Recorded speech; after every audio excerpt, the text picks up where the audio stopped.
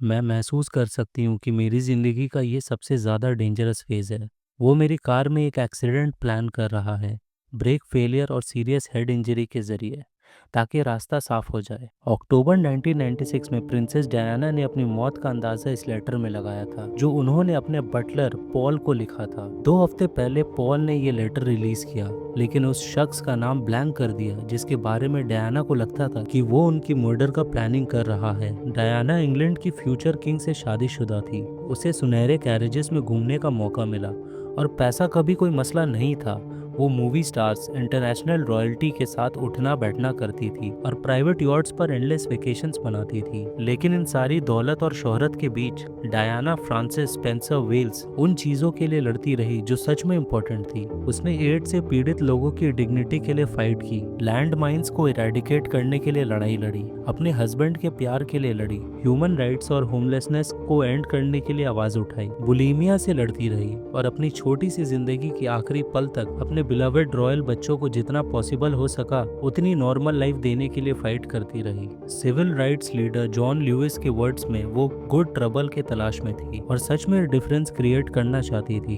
हमने उसे उसकी इम्परफेक्शंस और उसकी शाई स्माइल की वजह से प्यार किया, जिस तरह वो हॉस्पिटल पेशेंट्स को हक करती थी और छोटे बच्चों के साथ फ्लोर पे बैठ जाती थी। वो रियल और जेन्युइन लगती थी, अपने सबसे डार्केस्ट मोमेंट्स में भी।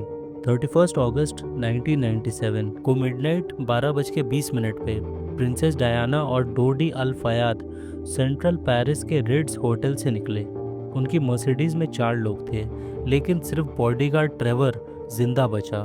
क्रैश के 2 घंटे बाद फ्रेंच पुलिस ने 7 पापराजी को मैनस्लॉटर के चार्ज में अरेस्ट किया। उनका हाई स्पीड चेज मौत की वजह बताया गया, लेकिन 30 घंटे बाद फ्रेंच अथॉरिटीज ने स्टोरी बदल दी। अब कहा गया कि ड्राइवर हेनरी पॉल ड्रंक था और मेडिकेशन पर था।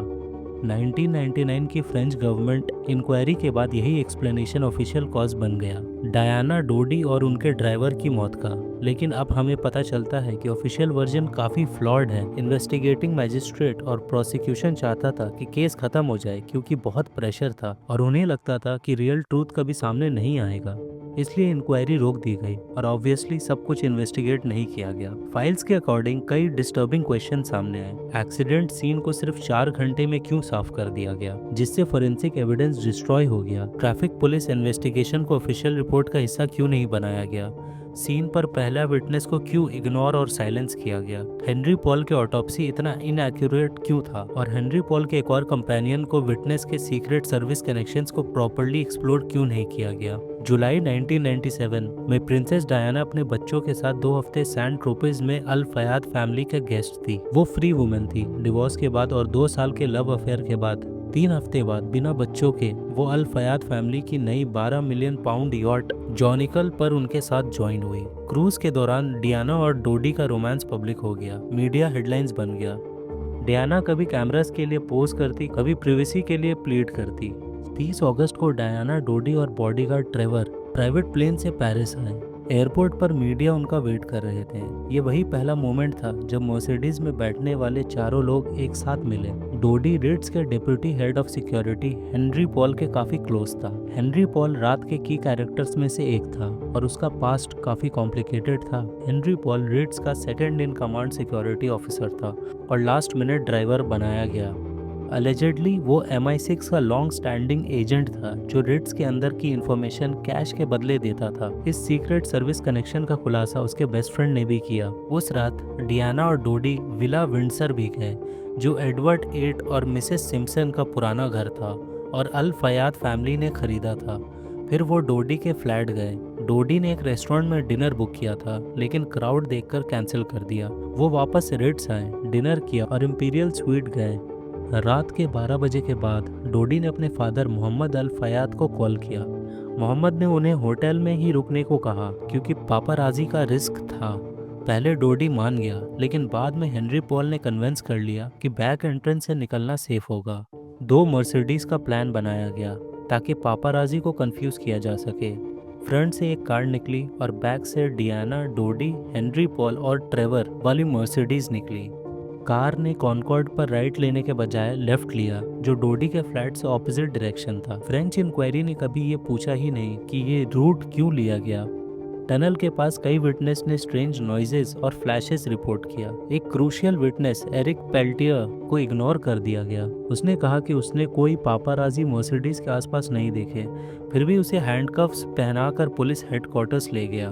प्रिंसेस डियाना क्रैश के बाद जिंदा थी, लेकिन बहुत बैडली इंजर्ड।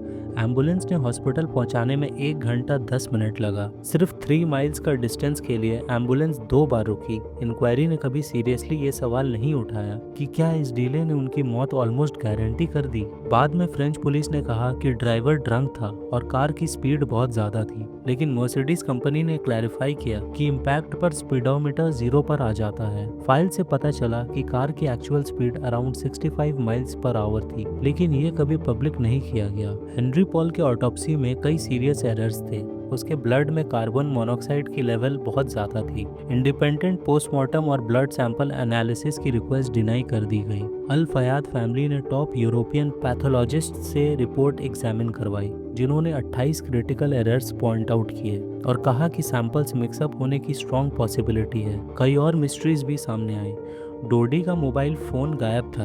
एक मिस्टीरियस पापाराजी जेम्स एंडरसन, जिसके पॉलिटिकल और सिक्योरिटी कनेक्शंस थे और जो बाद में मिस्टीरियस सर्कमस्टेंसेस में मारा पाया गया। ब्रिटिश लॉ के मुताबिक मिस्टीरियस सर्कमस्टेंसेस में मरे ब्रिटिश सिटीजन के लिए इंक्वायरी ज़रूरी होती है। फिर भी डियाना और डोडी की मौत के बाद सालों तक कोई इंक्वायरी नहीं हुई। जब फाइनली इंक्वायरी ओपन हुई तो कोरोनर ने रिजाइन कर दिया और फिर से प्रोसेस रुक गया। आज भी कई सवाल अनआंसर्ड हैं। पहला विटनेस इग्नोर क्यों हुआ? एविडेंस क्यों गायब हुआ? ऑटोप्सी फ्लॉड क्यों थी? सीक्रेट सर्विस लिंक्स क्यों इन्वेस्टिगेट नहीं हुए? डियाना का ये कहना कि वो एक एक्सीडेंट की शिकार बनेगी, इंक्वायरी की मांग को और स्ट्रॉन्ग बना देता है। 31 अगस्त 1997 की रात टनल में जो भी हुआ उस पर सच आज भी पूरी तरह सामने नहीं आया है। Do you think you'll ever be queen? No, I don't. No.